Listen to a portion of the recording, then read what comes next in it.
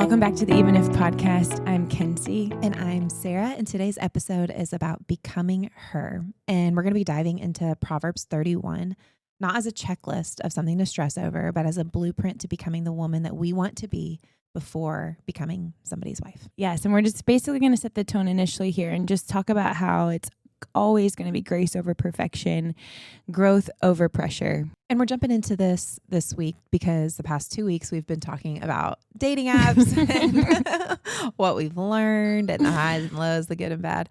So y'all listen to the last 2 weeks to hear about what it was like out there in the Wild Wild West.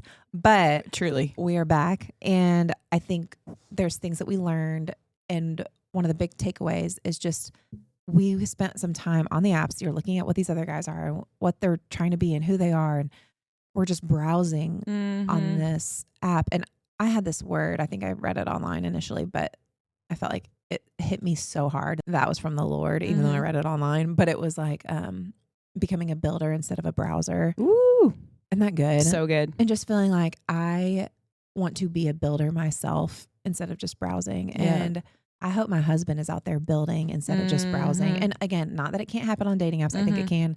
If y'all are still on them, keep doing it. It's still working. Great.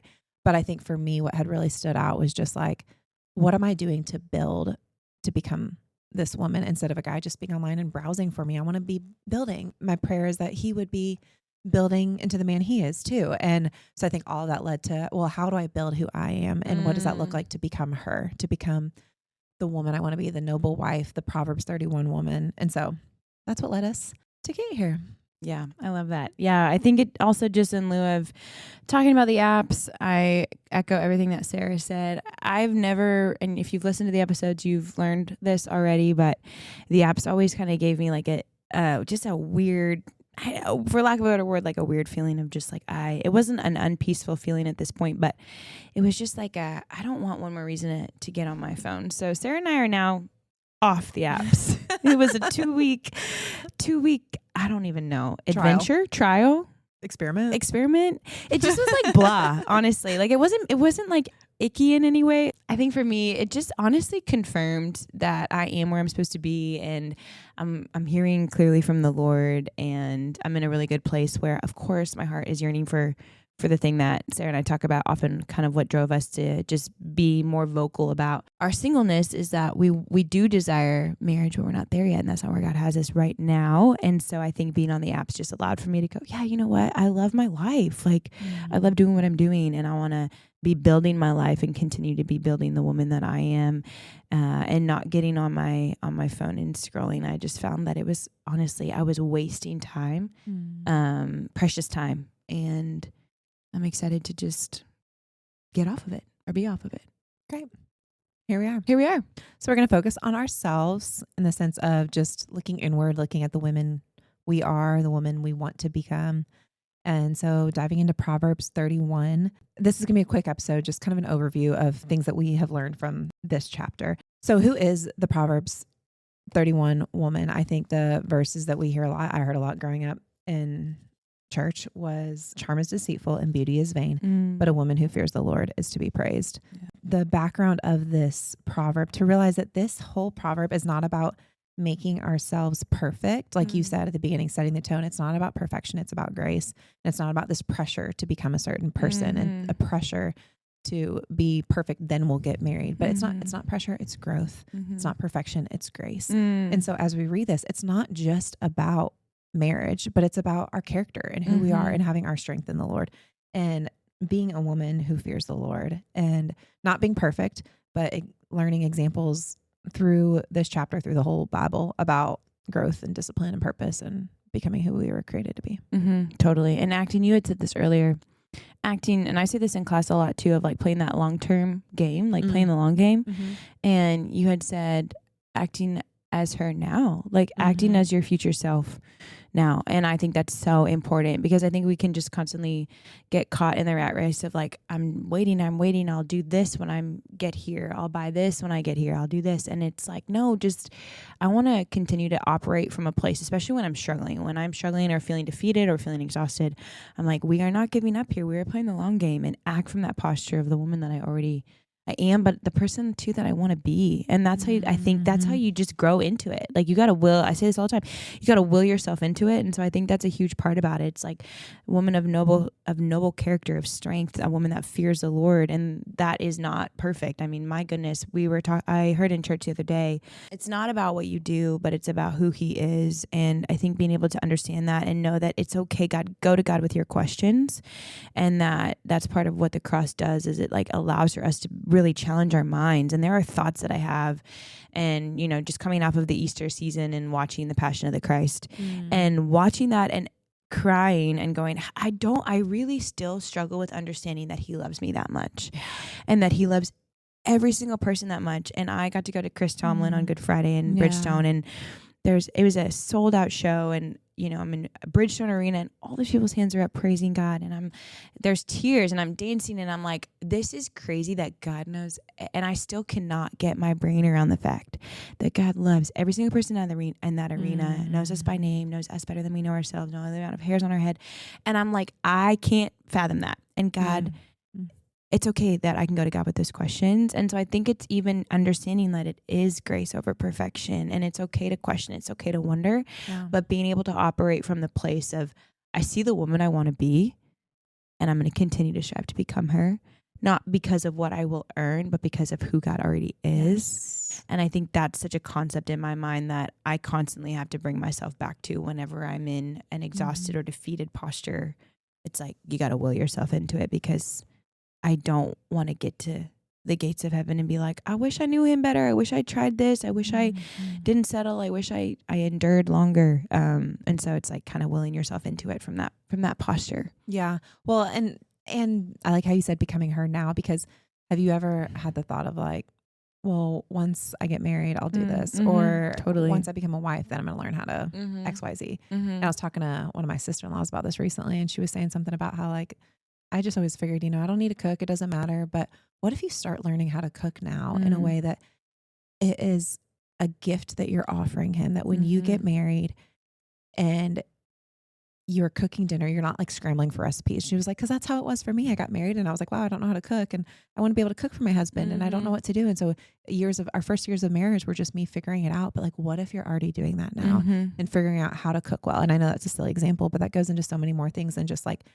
attributes we can do or things we can do. It's our character and who we are. And it's like, yeah, I like to sew. And I always say I'm going to sew my little daughter's dresses one day. Well, why am I not sewing dresses for my nieces right now? And I like cooking fine, but like I do beef and eggs every day for me. Why do I need anything else? But what if my husband doesn't like that? I should try other recipes. And I used to love to bake bread. I want to get back to baking bread and providing bread for my family. And just these things, yes, these things to do, but then also the woman that we are and who we are. And so becoming her before the ring, becoming her before the marriage, becoming her before we meet him, becoming her just here on this side of heaven, because we don't know if we're getting married. We don't know what that looks like.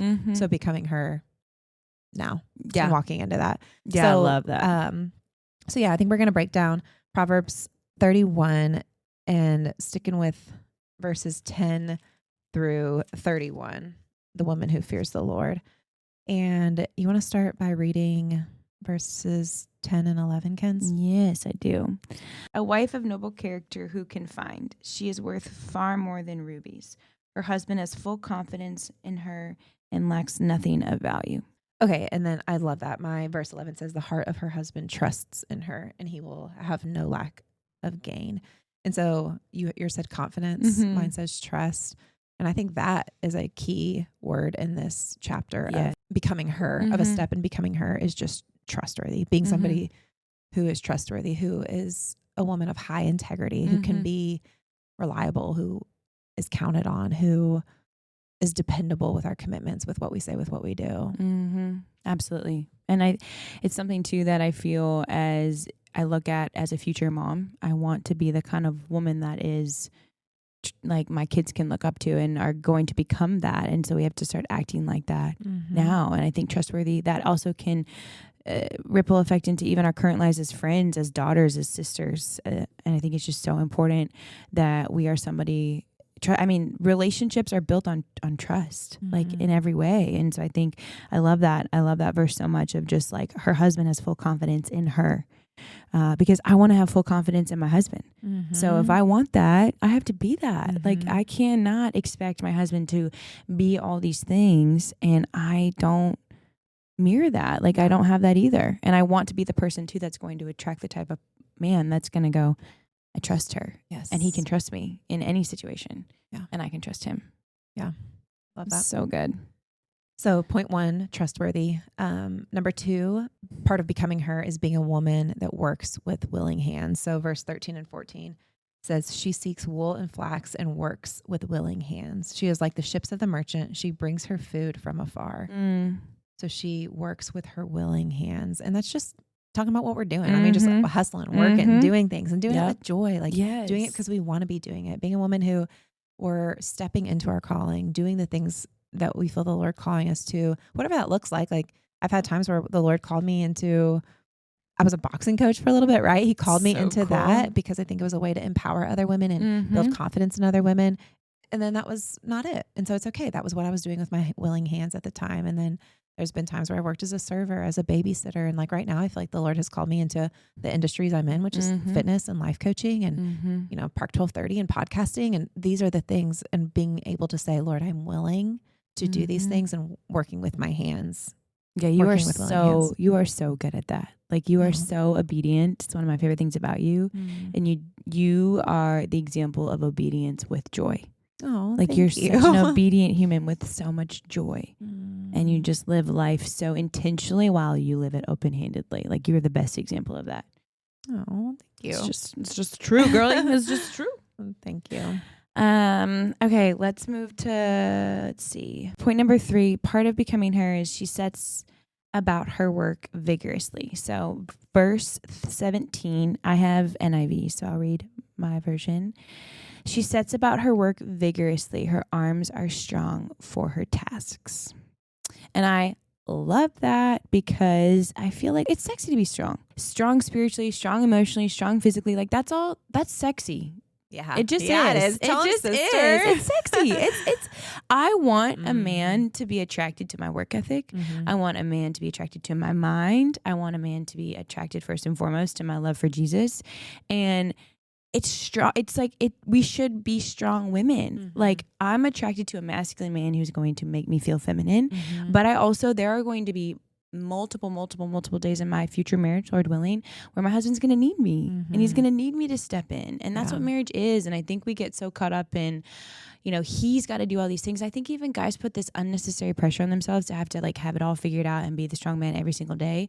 But the reminder of we're a team and it's a partnership, and you want a woman that can help carry you when you're down, because you're going to be down. Yes. You know? Yes. And so I think, in at least what I'm looking for is a man who is attracted to my strong nature. Yeah. And I think it's important for us women to remember to be strong. It's attractive and it's necessary and it's biblical. Yep. Becoming her is being a woman who, like you said, sets about her work vigorously, or my version says she dresses herself with strength and makes her arms strong. But I love that. That is a word that I think the Lord gave me a couple months ago, and I've just been holding on for this year, is that I feel like I'm a strong woman. Like, I love to work out. I am strong in the gym. I'm strong in relationships. I'm strong with my family. Like, and then I'm like, is that intimidating? Am I too strong? But it's like, no, this is confirmation that we're supposed to be strong women, and our strength will attract a man's strength, and he will be stronger than me, and he will lift heavier than me. And,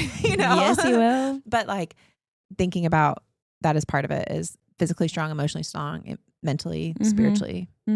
Okay. So we have number 1, becoming her is being trustworthy woman. Number 2 is working with willing hands. Number 3, working vigorously. And number 4, verse 25, becoming her is being clothed in strength and dignity. So verse 25 says, strength and dignity are her clothing, and she laughs at the time to come.